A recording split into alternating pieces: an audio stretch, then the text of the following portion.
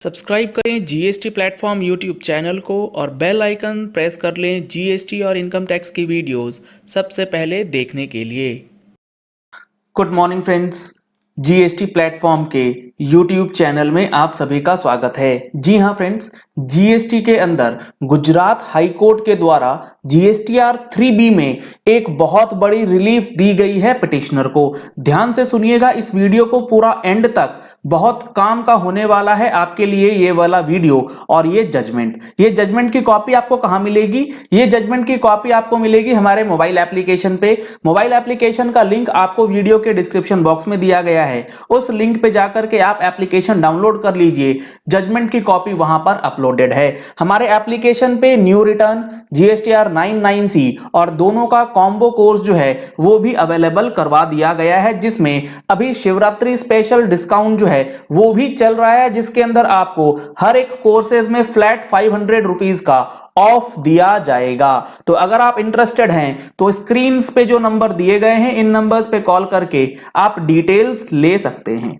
अब देखिए यहां पर क्या चीजें लिखी गई हैं, क्या चीजें बताई गई हैं। सबसे पहले ये जो रिट फाइल हुआ, इसमें क्या चीज की डिमांड करी गई, रिक्वेस्ट करी गई to issue any appropriate writ order और direction to the respondent. Respondent कौन है? रेस्पोंडेंट है union government of India, GST council वगैरह वगैरह। Permitting the petitioner to edit and upload the actual entries in GSTR 3B for the month of May 2019 which is at submission stage। जी हां friends, हुआ क्या है, GSTR 3B मई 2019 की है वो submission stage में, यानी कि डेटा फिल हो गया और डेटा फिल होने के बाद सबमिट कर दिया गया है। अभी रिटर्न जो है वो फाइल नहीं हुई है, लाइबिलिटी सेट ऑफ हो गई है, फाइलिंग अभी नहीं हुई है। नंबर 1 पॉइंट ये है।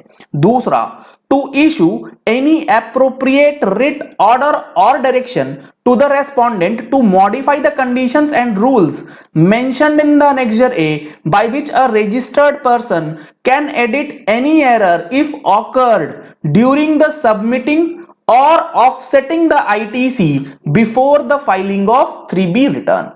अब ये जो पॉइंट है ये बेसिकली बात करता है सर्कुलर नंबर 26 जो आया था दिसंबर 2017 में, जिसके अंदर जीएसटीआर 3B को कैसे आप ठीक कर सकते हैं। उसके अंदर एक पॉइंट नंबर C था जो कि यह कहता था कि अगर आपने अपनी 3B सेट ऑफ कर ली है, सबमिट कर दी है और उसके बाद आपको पता लगा कि आपकी 3B गलत हो गई, तो वो कहता है सब्सिक्वेंट, यानी कि अगले 3B में आप उस फिगर को एडजस्ट कर लीजिए। उस पर्टिकुलर कंडीशन को चेंज मॉडिफाई करने के लिए कहा जा रहा है। क्यों कहा जा रहा है आगे पता लगेगा। Pending hearing, admission and or final disposal of this petition, your lordships may be pleased to stay the late fees of ₹50 daily being charged on the petitioner for non-filing of the said return for the said month। यानी कि मई 2019 की return नहीं file हुई, इसकी वजह से अब मई 2019 onwards जितनी भी 3B है सब पेंडिंग हो गई, तो उन पे जो लेट फीस लगनी है उसको माफ किया जाना चाहिए। अब देखिएगा कोर्ट की वर्डिंग्स। अगर ये वीडियो कोई डिपार्टमेंट के ऑफिसर देख रहे हैं तो विथ ड्यू रिस्पेक्ट आपको भी चीजें बहुत समझनी होंगी, आपको भी ये चीजें समझनी होंगी कि जीएसटी के अंदर क्या इश्यूज फेस कर रहा है टैक्स पेयर, जिसकी वजह से उसे छोटी छोटी बातों को लेकर के हाई कोर्ट जाना पड़ रहा है। This honourable court may be pleased to waive the late fee charged for non-submission of the return for month of May 2019 and further be pleased to waive the late fee being charged daily for non-submission। consequent returns जो हैं वो आप नहीं file कर पा रहे हैं, उसकी लेट फीस जो है वो माफ करी जाए। अब यहां पर केस का कुछ ब्रीफिंग दिया गया है जो कि मैं आपको लाइन बाय लाइन नहीं पढ़ाऊंगा, सिंपल सी एक चीज आपको समझा देता हूं। फर्म है एक, फर्म है दूसरा B है, ये एक ही बंदे का, लेट सपोज X एक फर्म है जिसके पास हुआ क्या, ABC लिमिटेड का डेटा BCD लिमिटेड की GSTR 3B में पंच हो गया। बहुत जनरल सी एरर है ये। आपने 5 फाइल लेकर के बैठे हैं फाइलिंग करने के लिए, आपने अपनी वर्किंग निकाली ABC का और गलती से आपने लॉगिन कर लिया है डेटा या GST पोर्टल BCD का और आपने ध्यान दिया नहीं और आपने क्या करा, इस ABC के डेटा को BCD में पंच कर दिया और लायबिलिटी सेट ऑफ कर दी। ठीक है, अब यहां पर आगे इन्होंने बताया है कि आपका जो सर्कुलर नंबर 26 है जो कि दिसंबर 17 में आया था, वो कहता है कि अगर आपके पास ऐसा कुछ हो गया है तो आप अपनी अगली महीने की रिटर्न में कर लीजिए, यानी कि सब्सिक्वेंट महीने की रिटर्न में कर लीजिए। तो इस केस में क्या दिक्कत आ गई, इस केस में दिक्कत ये आ गई, इस केस में हुआ क्या, जो ये अमाउंट है ये इतना ह्यूज है कि वो सब्सिक्वेंट महीने की रिटर्न से एडजस्ट हो ही नहीं सकता। सिंपल सी बात यह है कि अमाउंट जो है बहुत ही बड़ा है। अब अमाउंट जो है वो बड़ा होने की वजह से ऑफिसर को एक नोटिस, एक इंटीमेशन जो है असेसी के द्वारा दिया गया कि अमाउंट जो है टर्नओवर 5,37,13,454 रुपए का है एंड टोटल 26,85,672 रुपए का आउटपुट जो है वो रॉन्गली चला गया है। इस सारी चीजों को देखते हुए एक रिक्वेस्ट दी गई थी कि हमें जो है जो ऑफसेट हो गया है डेटा उसे अंडू कर दे और हमें GSTR 3B जो है फिर से फाइल करने की ऑप्शन दे दी जाए। अंडू करने का मतलब है कि आप जो हमसे रीसेट हो गया है उसे वहां पर ऑफसेट हो गया है उसे रिवाइज करने का ऑप्शन जो है वो दे दें। अब यहां पर इस लेटर के बाद नोडल ऑफिसर को जब लिखा गया, नोडल ऑफिसर है उन्होंने बिल्कुल भी इस चीज को ध्यान नहीं दिया। मेरी ऐसी रिक्वेस्ट रहेगी ऑफिसर से, ऐसा ना करे। अगर कोई tax payers genuinely hardship face कर रहा है तो उसकी समस्या को सुना जाए ताकि आगे चल के उसको प्रॉब्लम ना हो। कोर्ट ने भी यह जजमेंट दिया है, अभी नीचे वो चीजें आएंगी। It appears that the nodal officer at Rajkot did not even bother to give a formal reply, यानी कि रिप्लाई देने तक का भी काम नहीं किया गया और respond to the representation preferred by the writ applicant, यानी कि जो रिट एप्लीकेंट ने एप्लीकेशन दिया था उसका एक फॉर्मल रिप्लाई भी बना करके नहीं दिया। The writ applicant did try his best to take up the matter with the concerned authority but ultimately had to come before this court with the present writ application। Officer के पास जाने के बाद भी कोई सुनवाई नहीं हुई, अंततः उसको इस टेक्निकल फॉल्ट की वजह से, टेक्निकल एरर की वजह से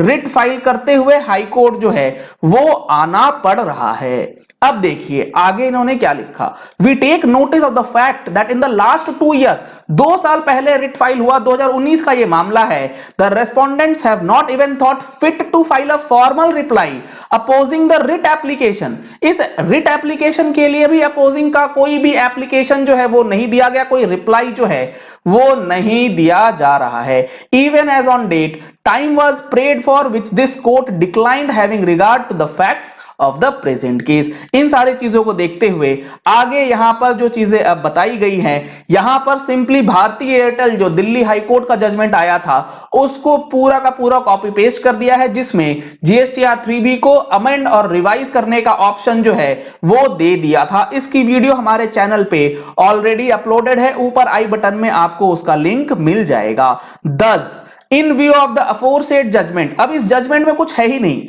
बाकी सारी चीजें जो दिल्ली हाई कोर्ट ने व्यू करा था, जो रिजर्व किया था, सेम चीजें इसमें डालते हुए जजमेंट तो है पास कर दिया गया। We hold that the writ applicant should be permitted to rectify 3B in respect of the relevant period. The relief as prayed for in para 9C is also granted and respondent shall act accordingly, यानी कि जो circular है उसको भी modify करने की बात हो रही है। इन सच सर्कमस्टांसेस जब रेक्टिफाइड GSTR 3B फाइल हो जाए तो 2 महीने के या 2 हफ्ते के अंदर उसकी वेरिफिकेशन करके बाकी जो प्रोसीडिंग्स है वो कर सकते हैं, यानी कि हाई कोर्ट ने GSTR 3B को अमेंड करने का ऑप्शन जो है वो दे दिया एसएससी को और कहा कि अब अपना डेटा जो है वो आप चेंज कर लें। With the aforesaid directions this writ application stands disposed of. We hope and trust, अब ये कोर्ट कह रहा है कि हम ये ट्रस्ट कर रहे हैं, ये चाह रहे हैं, ये हम विश्वास रखते हैं कि the writ applicant may not have to come back to this court,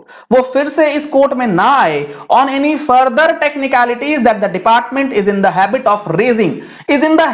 of raising, technicalities और उससे रिलेटेड डिफिकल्टीज, उसकी जो हैबिट बन चुकी है जीएसटी पोर्टल, जीएसटीएन और जीएसटी डिपार्टमेंट का, उसकी वजह से रिट एप्लीकेंट जो है दोबारा इस कोर्ट के अंदर ना आए, ऐसा हमारा सोचना है। And thereby giving result to unnecessary litigation. बिल्कुल सही बात है, अननेसेसरी लिटिगेशन की वजह से ये सारी चीजें नहीं होनी चाहिए। चलिए इस वीडियो को यही एंड करते हैं। आशा करते हैं कि आपको मेरा पॉइंट समझ आ गया होगा, मैंने किस लिए आपके साथ ये वीडियो शेयर किया है और क्या इसका इंपैक्ट आना है। सिर्फ जीएसटीआर 3B ही रिवाइज हो जाएगी, इस वीडियो का पर्पस ये बिल्कुल भी नहीं है। इसके अंदर जो कोर्ट का लैंग्वेज है, जो कोर्ट की इंटरप्रिटेशन है, ये आपको समझना बेहद जरूरी है। अगर आप टैक्स पेयर हैं तब भी, अगर आप टैक्स ऑफिसर हैं तो विथ ड्यू रिस्पेक्ट आप लोगों को भी समझना जरूरी है। अगर आपने हमारी मंथली टैक्स मैगजीन अभी तक सब्सक्राइब नहीं कराई है तो आप हमारी मंथली टैक्स मैगजीन सब्सक्राइब करा सकते हैं। मंथली टैक्स मैगजीन की सब्सक्रिप्शन के लिए इन नंबर्स पे आप कॉल कर सकते हैं। Thank you and have a nice day.